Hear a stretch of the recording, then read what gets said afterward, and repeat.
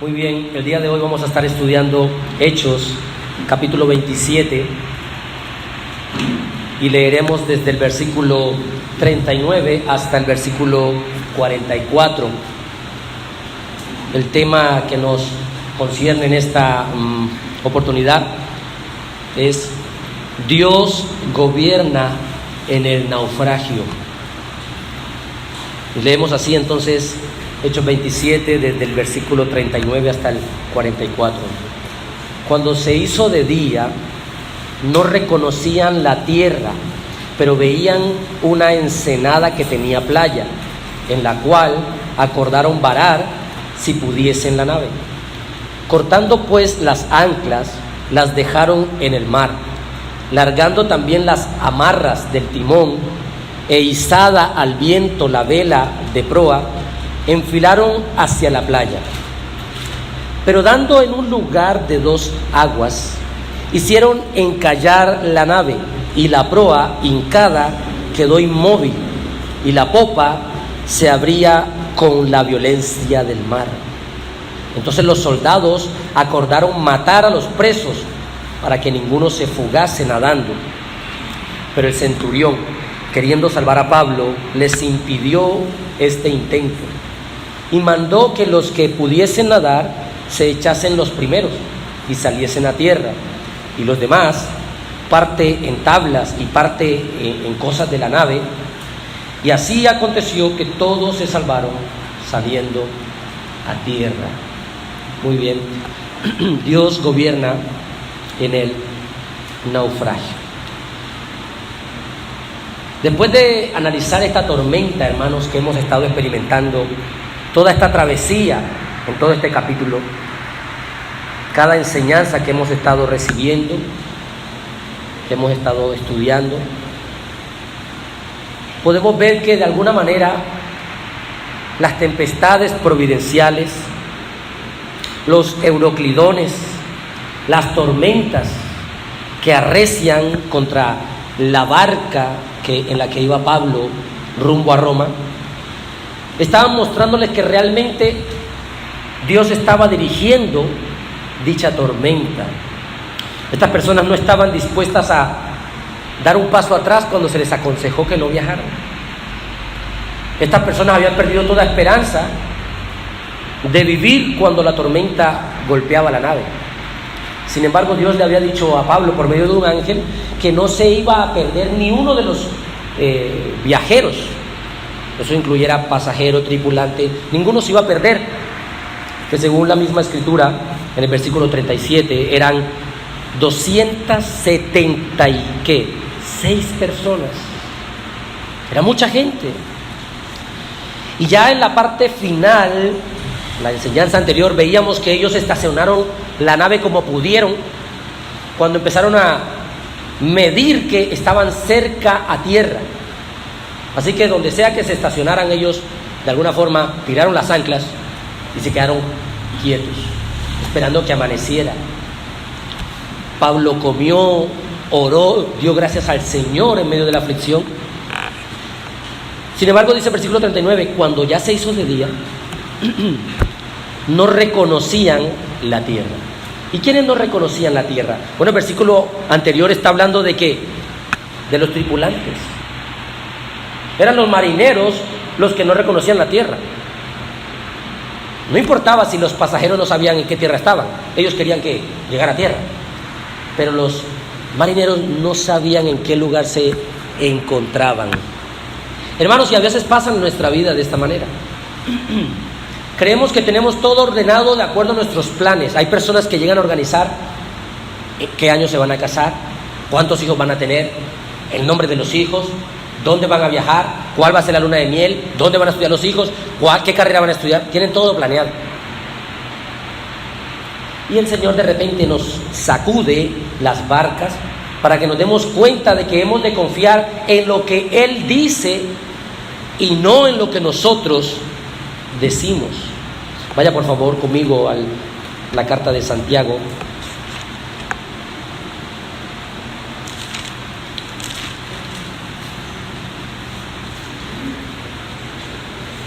Santiago capítulo 4, versículo 13 en adelante. Vamos ahora, dice Santiago, conocido también por Jacobo, los que decís, hoy y mañana iremos a tal ciudad y estaremos allá un año y traficaremos y ganaremos. Esta expresión de traficar es, haremos negocios, trabajaremos, tendremos nuestros negocios, nuestras empresas. Dice, ustedes que dicen, vamos, mañana haremos esto, haremos lo otro, trabajaremos aquí, emprenderemos allá, invertiremos aquí. Versículo 14, cuando no sabéis lo que será mañana. Porque, ¿qué es vuestra vida? Ciertamente es neblina que se aparece por un poco de tiempo y luego se desvanece. Es un soplido. La niebla que medio sale un poquito y luego ya no está. Nuestra vida es pasajera. Es como un cuento corto. 15. En lugar de lo cual deberíais decir, si el Señor quiere, viviremos y haremos esto o aquello.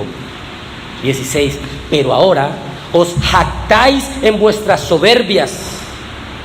Toda jactancia semejante es mala, y el que sabe hacer lo bueno y no lo hace, no es bueno. Debemos nosotros tener cuidado de no conducir nuestras vidas en una especie de jactancia. No, este es el año de mi victoria, dicen algunos. No, este es el año de mi carrito. Este es el año de la conquista. Ellos consideraban que no, vamos a viajar en la barca, en la nave, y vamos a llegar a, si Dios quiere, vamos a llegar.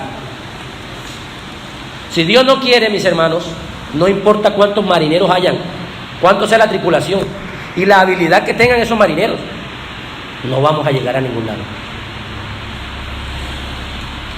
Los marineros se encontraban en una situación en la que dice, no sabían ni siquiera dónde estaban.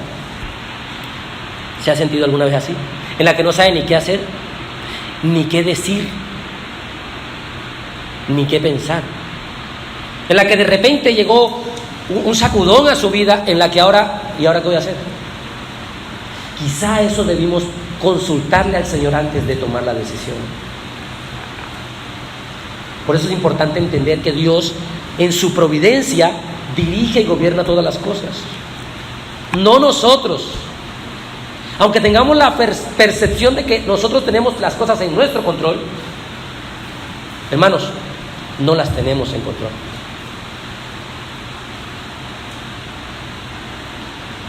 Nuestra Confesión Bautista de Fe de Londres de 1689, en cuanto a la providencia de Dios, dice, escuche esto: Dios, el buen creador de todo, en su infinito poder y sabiduría, sostiene, dirige, dispone, gobierna todas las criaturas y cosas, desde la mayor hasta la más pequeña, por su sapientísima y santísima providencia, con el fin para el cual fueron creadas.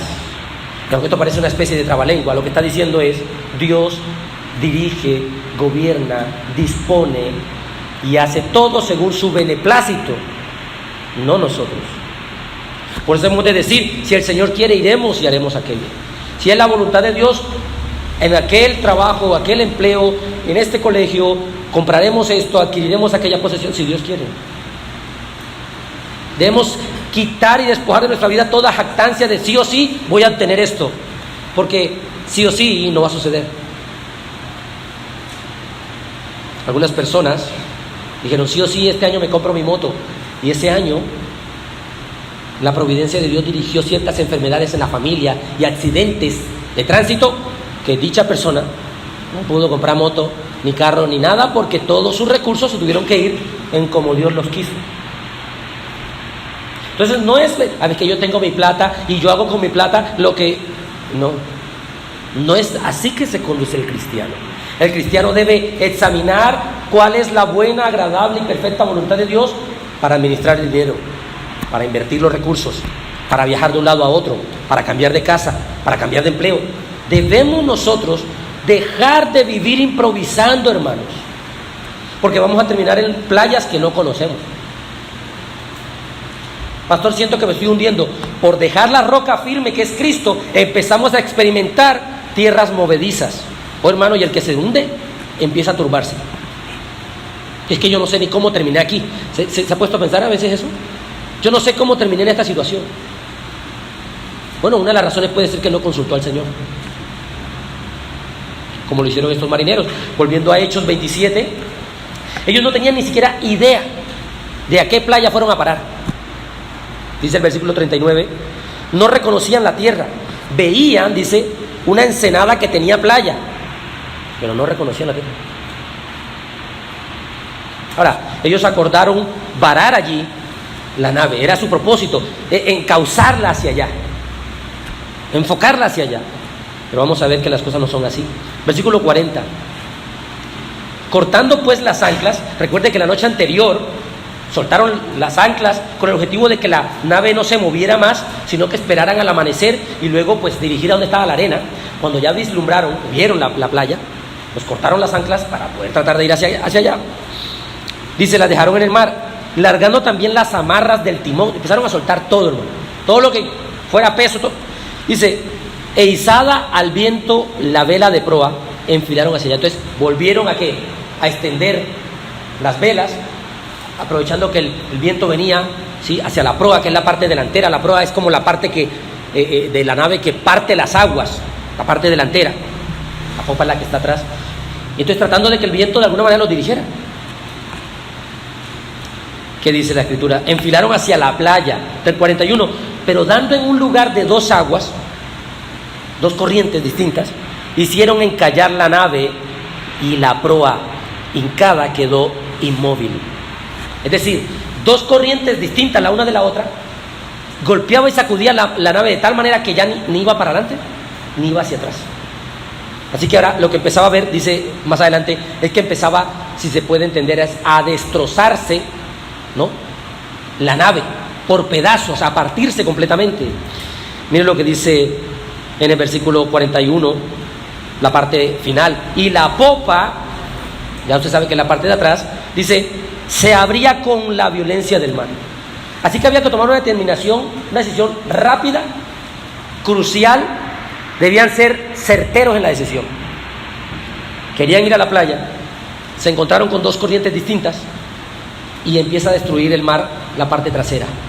Y usted empieza a escuchar de alguna manera el caos, la gritería. Y en esos ambientes la gente no piensa con claridad. El juicio muchas veces es nublado y se evidencia el carácter oculto de muchas personas. Porque cuando la nevera está llena, la sonrisa está más blanca. Pero cuando la nevera no está llena, cuando las cosas no salen como uno piensa, entonces se dificulta la situación. Y uno va a conocer, ¿de qué estoy hecho yo como cristiano? ¿Verdaderamente yo confío y descanso en el Dios que gobierna aún en los naufragios? Miren lo que hicieron los soldados. 42. Entonces los soldados acordaron matar a los presos. ¿Ve lo que le digo? Se revela lo que hay en el corazón. El capítulo anterior, en la enseñanza anterior, veíamos que ¿quién era los que se querían escapar? Los marineros. Ellos querían coger el esquife, que era como el bote salvavidas, lanzarse al mar y arrancar, huir, irse. Exhortábamos acerca de que, ojo con la cobardía, ojo con renunciar al primer conflicto en una relación, no podemos renunciar así. Pero ahora vemos aquí que no son los marineros, ahora son los soldados los que quieren tomar otra decisión. ¿Qué querían hacer?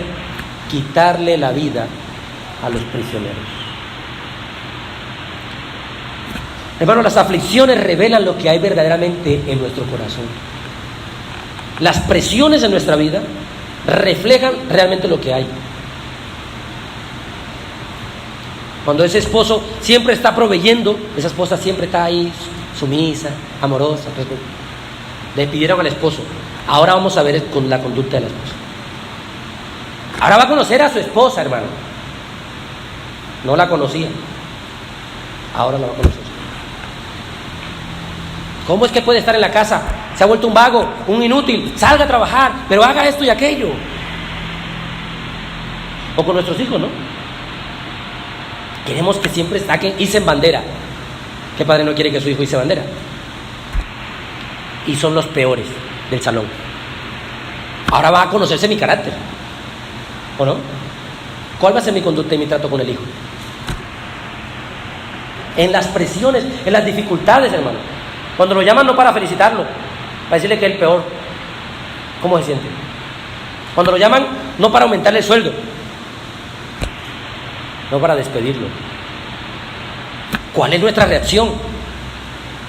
Al que me lo encuentre lleva, como los soldados. Es que yo, si sabe cómo me pongo, ¿para qué me provocan? ¿Usted sabe cómo soy yo? ¿Cómo así? ¿Cómo era yo en el pasado o cómo soy? ¿O Cristo me transformó y soy una nueva criatura? De modo que si alguno está en Cristo, o no soy nueva criatura y sigo siendo el viejo hombre. ¿Qué soy? ¿Soy hipócrita entonces? Mantengo firme mi posición, pero cuando empieza a destruirse el barco, al que me lo encuentre, espada le doy. Oh, hermanos, en las presiones y en las dificultades, usted puede ver quién grita más fuerte. ¿Quién acusa a quién? No, fuiste tú, no, yo, y empieza a culpables. Estos soldados no iban a escatimar en nada la vida de estos hombres. No les importaba. Se van a escapar, decían. Dice el versículo 42, para que ninguno se fugase nadando. Según ellos creían que se iban a escapar. Habían pasado 14 días sin comer. Y solo comieron un poquito porque Pablo les dijo que comiera. Recibieron un poquito de aliento, de ánimo, de esperanza. Ven la playa, todo el mundo quiere salvarse y estos están pensando en matar. Wow, hermano. Es impresionante. Esa esposa que de pronto falló un par de cosas, no hizo las cosas bien, ahora va a conocer a la esposa. ¿Cuál va a ser el trato? La trata de una manera áspera, bruta, con altanería, con grosería, con gritería, con ofensa. Que es verdad lo que me dijo mi mamá. ¿Qué tiene que ver la mamá ahora? Ahí uno conoce, hermanos, en la presión, en la tempestad, en las aflicciones. ¿Qué clase de personas somos nosotros? ¿Qué clase de cristianos? ¿Se acuerdan a Pedro que venían a agarrar a nuestro Señor Jesucristo aquella noche, los soldados romanos? ¿Y qué hizo Pedro? Sacó, dice, ¿de dónde tenía ese? Sacó. No la había dejado. Y a veces parecemos semejantes a Pedro. No soltamos ciertas cosas del mundo. Comportamientos que... Oye, pero hermano, ya usted debería hablar diferente. Oye, bueno, usted ya no debería hablar así como mundano, como con groserías. Es que cuando yo me enojo, pastor, yo... No, pero ¿cómo así?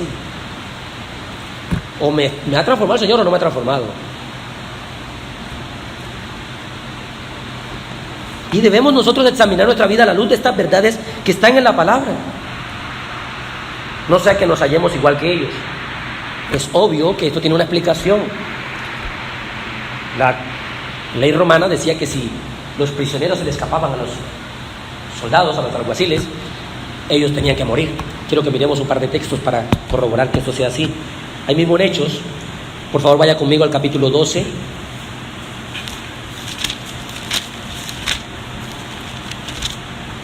Hechos 12, en el versículo 19.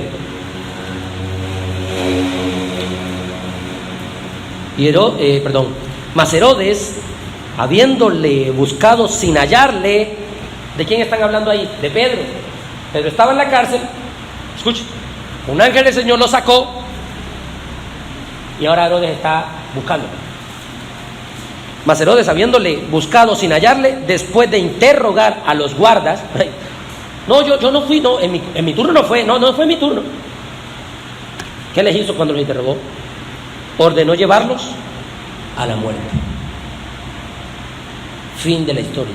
A los soldados romanos, si se les escapaba uno, tenían que morir. Y la familia era deshonrada como aquella persona que dejó escapar a un criminal, también era un criminal, entonces sus familias con criminales porque de alguna manera estaba se coludió, ¿no?, con esta persona.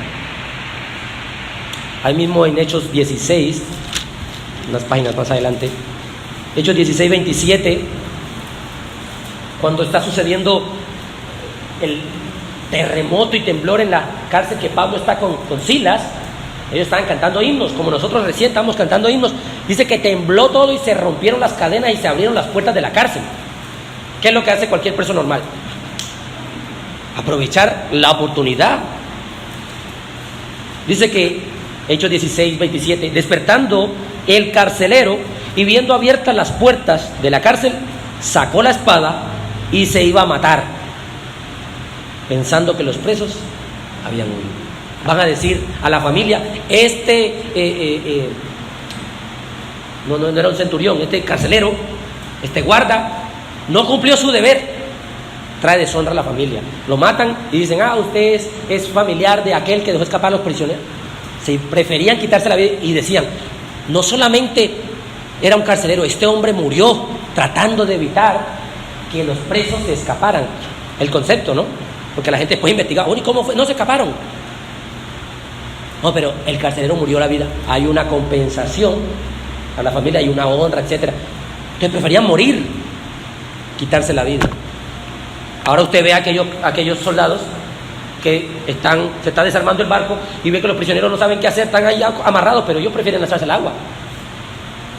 Y los soldados dicen, esto hay que matarlos. A veces somos así. Hay egoísmo en nuestra manera de conducirnos. Si salgo perjudicado yo como soldado por culpa de ellos, no, prefiero que mueran y yo salgo libre. Y Cristo no es así.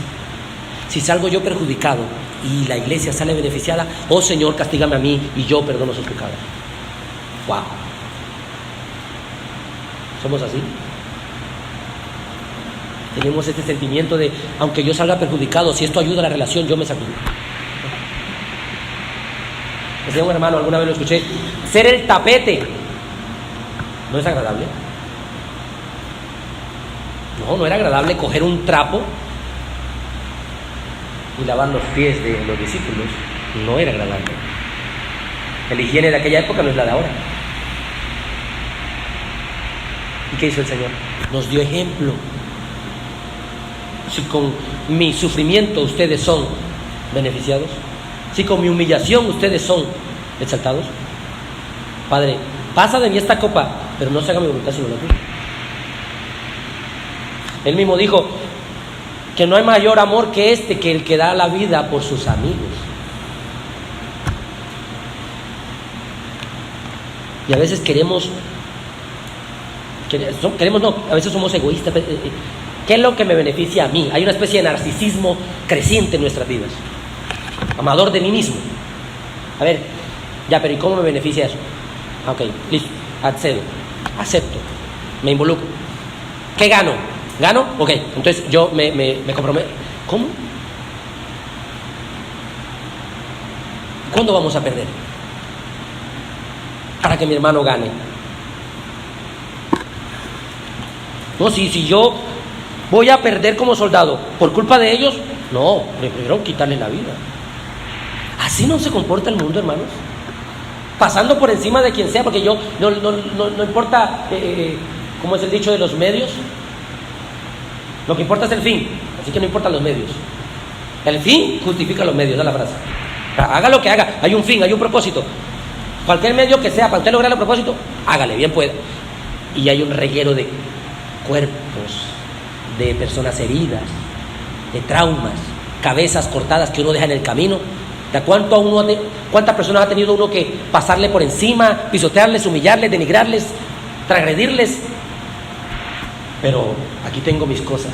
Dios ha visto esas cosas, hermano. Y si nos hemos conducido como esos soldados así, el Señor está esperando un arrepentimiento genuino o el castigo no tardará. Y esto no es muy popular, yo lo sé, usted lo sabe. Este tipo de enseñanzas en la cristiandad de hoy no es muy popular, pero Dios no nos llamó a ser populares. Nos llamó a obedecer su palabra. Él dice, el que me ama mi palabra guardará, y mi Padre lo amará. Pero no me ama nadie, el Padre me amará. Hemos de perder para ganar, hermanos. ¿Ha visto esa sensación de que alguien me contradice? Y se agarran. Solamente que alguien diga, no, está equivocado. Hay una discusión ahí que no va a parar. ¿Por qué, hermanos? Porque hay ese orgullo y ese egoísmo de que yo no quiero perder.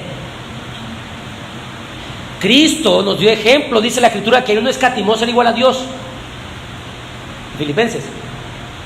Ni la gloria que recibía de los ángeles y todo el júbilo, el gozo, la honra, sino que, hermanos, caminó por las mismas calles polvorientas nuestras. No le importó. Dice, se humilló hasta lo más sumo, hasta lo vil.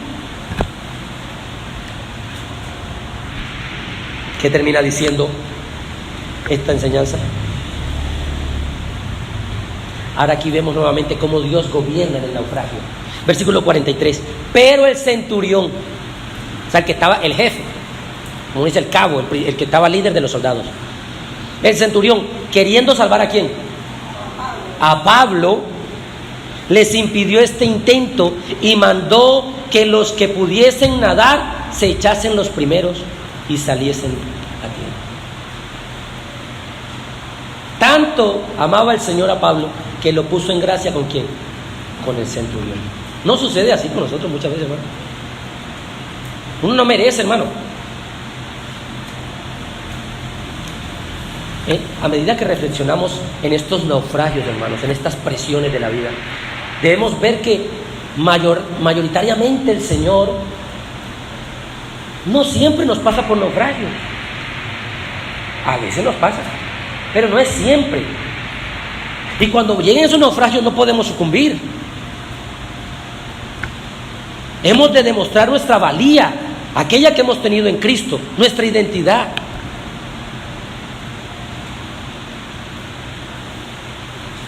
Debemos evidenciar lo que somos. Nadie va a regañar al gallo porque canta. ¿Qué es el gallo? El gallo canta. Es raro si no canta. Y los gallos de hoy día escogen la hora para cantar, ya no es como antes, ¿cierto? Estos gallos de hoy día cantan a la hora que desean, pero antes no era así, eran ordenados.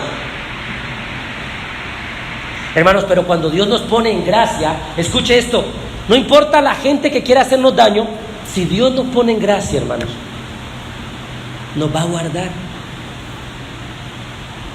Pero Pablo estaba manteniéndose íntegro, fiel, en la adversidad, en la aflicción, y nosotros a veces no lo hacemos, hermanos. Él se mantuvo íntegro y Dios lo puso en gracia. ¿Sabe por qué muchas veces Dios no nos pone en gracia, hermano? Porque somos tan altaneros, tan altivos, hermanos. El Señor tiene que primero...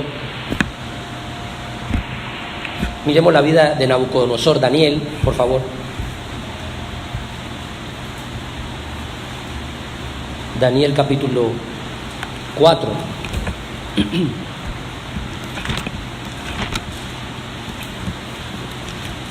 Un hombre que tenía todo un imperio, Nabucodonosor, un rey, un titán, un hombre que ya había conquistado naciones por doquier.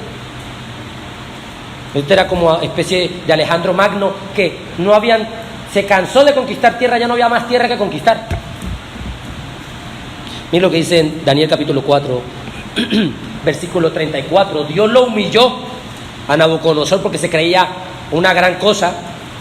Daniel 4:34 dice: mas al fin del tiempo, yo, Nabucodonosor, alcé mis ojos al cielo, y mi razón me fue devuelta, y bendije al Altísimo, y alabé y glorifiqué al que vive para siempre, cuyo dominio es sempiterno, y su reino por todas las edades.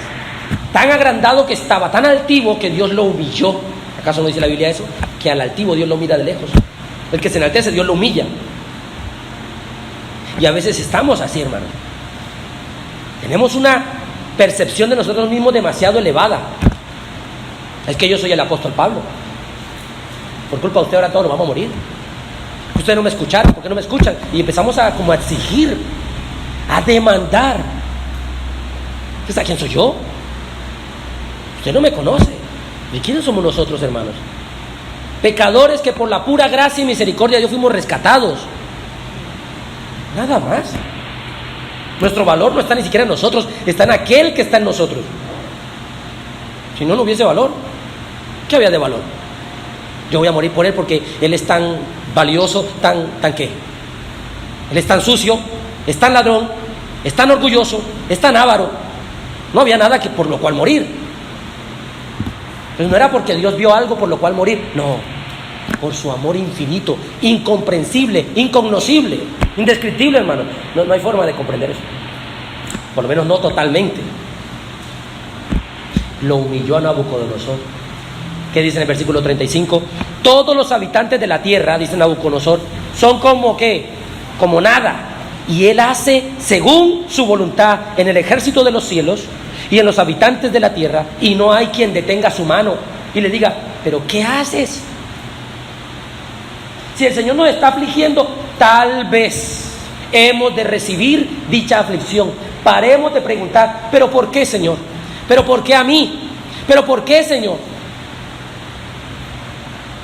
La pregunta no va a ser ¿por qué? Y para sorpresa de muchos la pregunta es ¿cómo?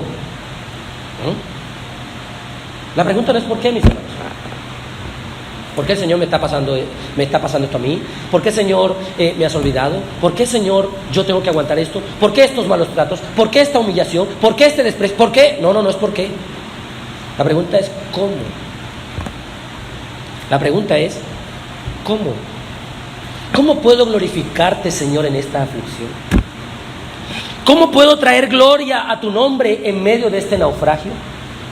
¿Cómo debo conducirme de forma tal de que tú seas glorificado, Señor?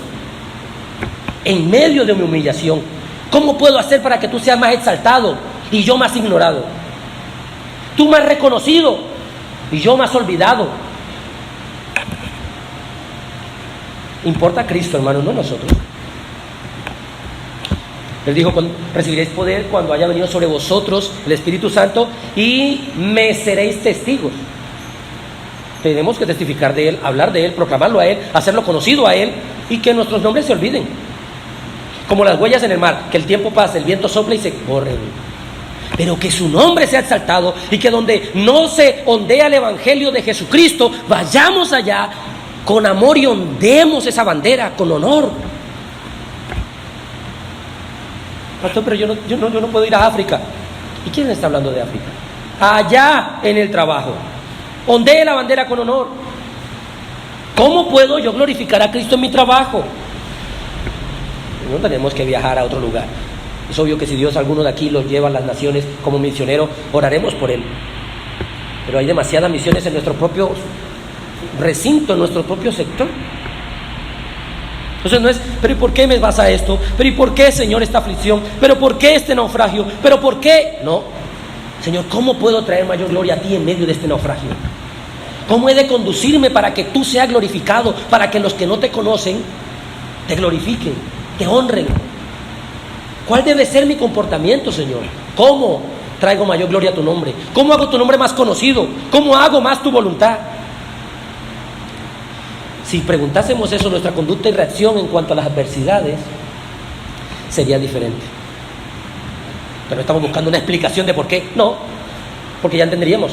La providencia de Dios dirige, gobierna, dispone, exige, demanda todo lo que quiere de todas las criaturas, de toda su creación. Nadie puede decirle qué haces. ¿No lo acabamos de leer? ¿Quién le va a decir, pero Señor, ¿por qué me pasas por esta situación? ¿Quién eres tú, pequeña criatura, que quieres altercar con el Dios viviente? ¿Acaso el alfarero es cuestionado por las vasijas que hace? Es el ejemplo que utiliza Jeremías y el mismo ejemplo que utiliza Pablo en Romanos capítulo 9. ¿Quién eres tú, oh hombre, para que alterques con Dios? No hemos nosotros de cuestionar por qué el Señor nos pasa por valles de sombra de muertes. Hemos de preguntarnos cómo lo glorificamos mientras atravesamos el valle de sombra de muerte. No sea que atravesando los desiertos, los cuales Dios quiere que atravesemos, hagamos becerros de oro. Porque no sabemos cómo conducirnos ahí. A ver, pero ¿y por qué estamos aquí?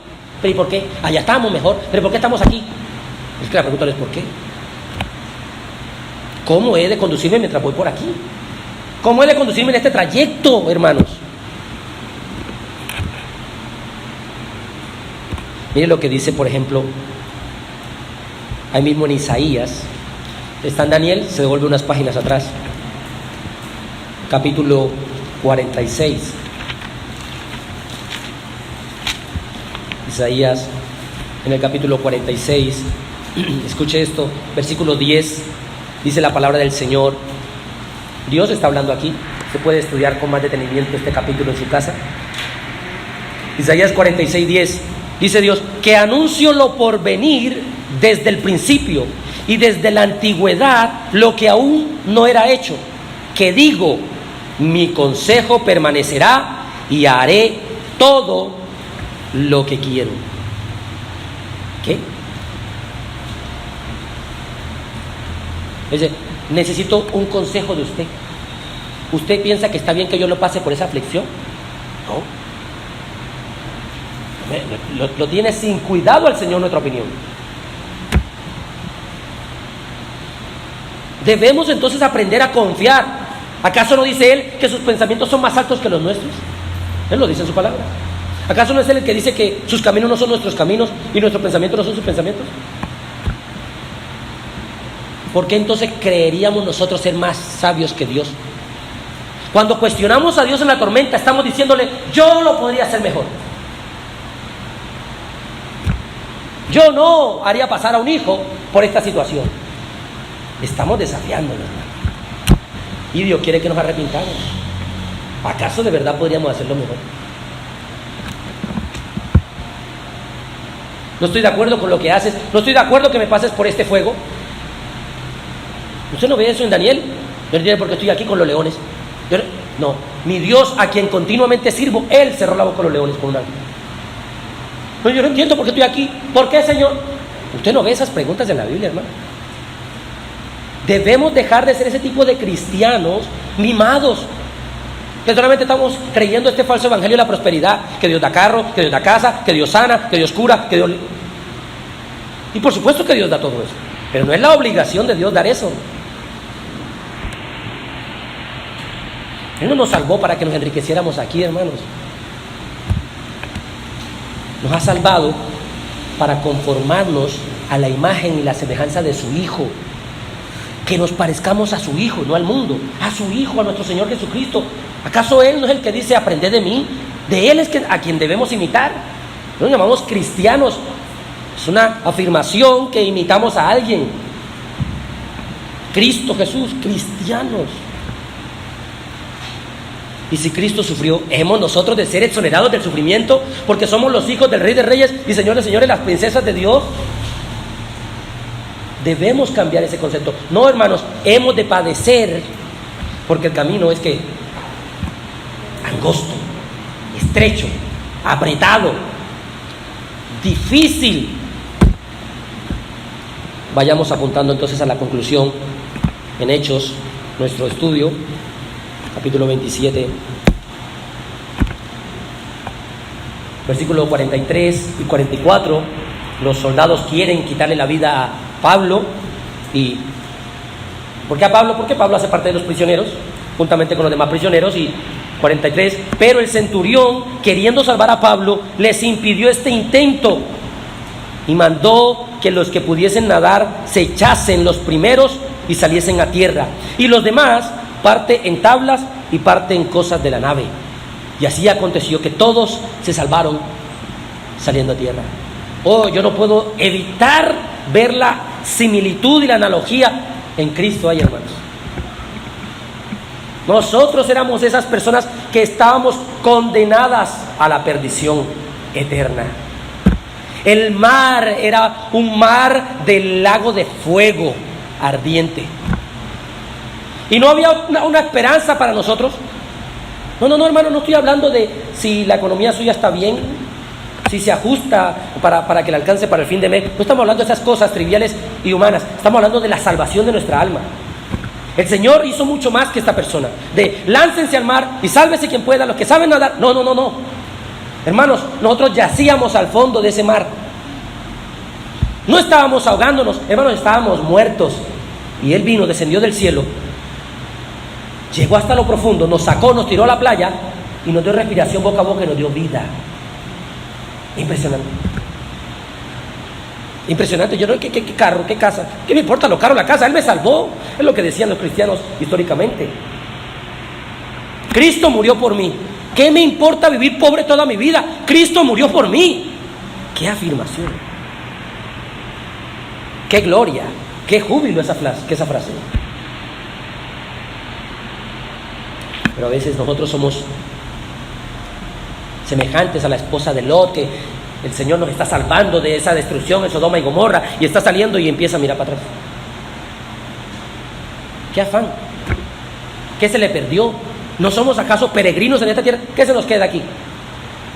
Una vez escuché a un hombre llamarse pastor y decir: cuando yo esté en el cielo, el Señor me tiene que estar dando los reportes de quién ganó la Champions, de quién ganó el Mundial de Fútbol y de qué equipo es mejor. ¿No es esto orgullo, jactancia, arrogancia, hermanos? No, hermanos, en el cielo no entrará pecado. Eso dice su palabra. Y si nosotros vamos a estar más afanados por nuestras cositas aquí, nuestros pequeños barcos de papel y nuestras pequeñas embarcaciones que son todas débiles, más que por lo que Él se preocupó, que es por la salvación de nuestra alma, pues dudosamente entraremos al cielo, hermanos. Algunas conclusiones para terminar. Primero, contemplemos la providencia de Dios que gobierna aún las tormentas. El barco se estaba destrozando, pero ellos, dice, todos se salvaron y llegaron, ¿qué? Los planes de Dios, escucha la providencia de Dios, los planes de Dios nunca se frustran. Nunca. Pastor, pero yo he cometido pecados, pastor, fuertes, sucios, viles, horribles, hediondos, y Dios lo sabe. Pero Él tiene un plan, hermano. Y esto no es como los planes de nosotros que, se nos chispoteó, no salió como esperábamos, alguien se echó para atrás, me dejaron tirado. No. El propósito que Dios tiene con nosotros, hermano, se hará realidad. El salmista decía: Jehová cumplirá su propósito en mi vida.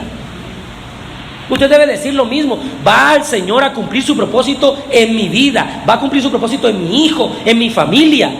No es lo que la tormenta dice, es el propósito de Dios, porque Él es un Dios que tiene una providencia perfecta. Él dirige todo y gobierna todo. Segundo, contemplemos la gracia de Dios. Ni uno se perdió, hermanos, todos se salvaron. Esa es la gracia de Dios. ¿Quién merecía salvarse? Ninguno. ¿Quién obedeció al consejo que le dieron de parte de Dios? Nadie. Ni los marineros, ni los tripulantes, ni los pasajeros, ni los prisioneros, ni los alguaciles. Nadie.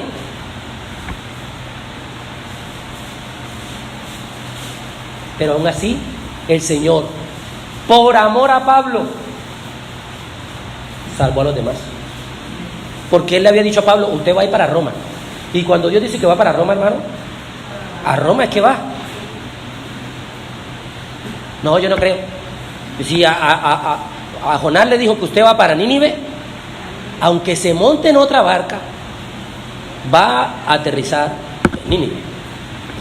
Porque esa es su providencia, Él dirige todo. Y su gracia salva a todos aquellos que acuden a Él en arrepentimiento y fe. No a los jactanciosos, no a los justos, no a los sanos, no a los buena gente. No, Él salva a los pecadores, a aquellos que se consideran a sí mismos y se encuentran sucios, indignos, viles, inmerecedores de su perdón. Esos que acuden a Él con esa actitud, esos son salvos por Él. ¿No habían dos ladrones en la cruz? Sálvate a ti mismo, decía uno con altanería, con arrogancia, con orgullo, y sálvanos a nosotros. Él también quería ser salvo, no lo salvó. En cambio otro dijo: ¿cómo le dices eso? Él es inocente y nosotros somos culpables. Estaba reconociendo su pecado. Estaba acudiendo en auxilio diciendo: Señor, acuérdate de mí. Si tan solo un pequeño segundo de tu tiempo. Mi nombre está en tu mente, Señor, yo seré salvo. Solo que pase un segundo, mi nombre en tu mente, yo soy salvo. Bueno, el Señor se acuerda de nosotros todos los días, Señor. Eso es demasiado maravilloso. ¿Acaso nos dice el salmista, qué es el hombre para que tengas de él memoria? Para que te acuerdes de él. ¿Qué somos? Hemos nosotros entonces, como tercera conclusión, de huir del orgullo, huir de cualquier jactancia de que yo soy cristiano. Hermano, nuestra condición sería semejante o peor a aquellos que no están en Cristo. No hemos de mirar con desprecio a aquella mujer que vende su cuerpo, porque Cristo nunca la miró con desprecio, y porque probablemente nuestra condición sería semejante, o aquel que está en la calle, o aquel que está en prisión, está bueno. Oh, hermano, esos éramos nosotros sin Cristo. Entonces, no puede haber tal compañía entre soy cristiano y soy orgulloso. Ok, ¿de qué eres orgulloso? ¿De qué puedes sacar orgullo? ¿De qué puedes sacar pecho? ¿Acaso se puede el pavo real sacar pecho de que él fue el que diseñó lo que encuentra en su... No, ¿quién lo diseñó así? Es Dios. ¿Hay algo bueno en nosotros? Es Cristo en nosotros. Y todo lo malo que hay en nosotros somos nosotros. Debemos entonces de abandonar esta actitud que es más de Satanás que de un cristiano. Por orgullo fue destituido ¿de dónde? Que se estaba creyendo algo que no era. Y yo debo considerarme lo que yo soy. Sí, soy un hijo de Dios. Sí, el Señor me compró. Sí, pero debo recordar cuánto costó eso. No, a nosotros no nos cuesta. No, es cierto. Pero ya otro pagó y sí le costó. Y dice que no. Pedro dice, recordad que no fuisteis comprados con piedras preciosas y con cosas aquí de oro, sino con la preciosa sangre del Cordero inmolado. Oremos, hermanos. Padre, aquí estamos una vez más en oración delante de ti.